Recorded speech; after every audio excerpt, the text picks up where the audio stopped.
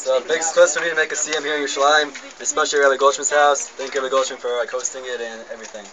I'd like to thank you all for coming. It really means a lot for me to be, for you guys to be here. I'd like to thank the Kodesh Baruch Hu for giving me the koach to finish the Masechet. I remember the first time when I started learning Dinei Mamanos B'Shlosha, Gzeos V'Chavelos B'Shlosha, we had no idea what it meant.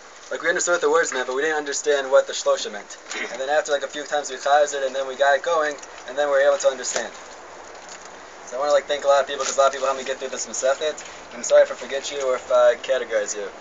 First I want to thank my Chavrusa Erez for dealing with me the whole first half of the year. It was great learning with you and I enjoyed it. Zen and Nikki for learning with me after his left, Aaron Muller, Daniel Feldman, Moshe Glazer, Ray Black doing the fourth parak, Yaakov Tessler. No matter what, during the day, was it good learning or bad learning, I always had the slips to learn with you at night, and it was highlight of my day every day. For my uncle to coming down for learning with me, to his house, for me going up to him, really helped me with my learning. Riley Grossman for some of the prakim. And everyone that helped me chazer at night, Tani, Ethan, Joel, Alex, Aviv. Out of the beginning of the year, out of the schuss of being in a chabura with Rabbi Green and then Rabbi Goldschmidt. I hope Rabbi Goldschmidt can mocha what I'm about to say, but I think it's important for everyone in the shir, especially guys in the shir. I don't know if the people in the shir like how big of a schuss it is to be another Goldschmidt shir.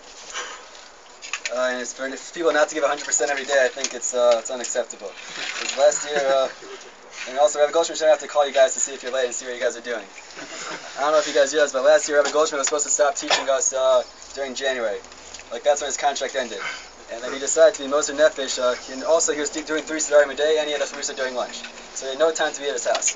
So this was supposed to be his break to go home, but he was Moser Nefesh for the shir, and like, it helped us, helped me, helped everyone who stayed in the shir, and we appreciate it a lot. So I think it's a big haras across the tov to show up in time for him.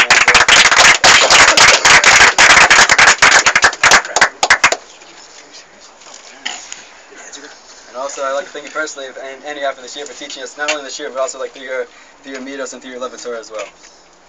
The Gemara in Pei Tet talks about the story about the Kedat of Avram, about Yitzchak. We sometimes say in the morning, and the question of the Gemara is, after what things? It says in the name of Rabbi Yossi, it says after the things that the Satan spoke to Hashem.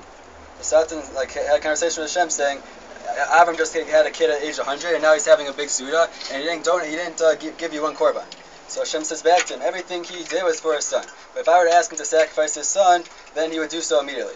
So that's what happens. So after this conversation, Hashem asked Avram to sacrifice his son, and then the whole thing happens. Then the Gemara brings a mashal and says it's like a king who has a warrior who wins a lot of wars for him. And then what happens?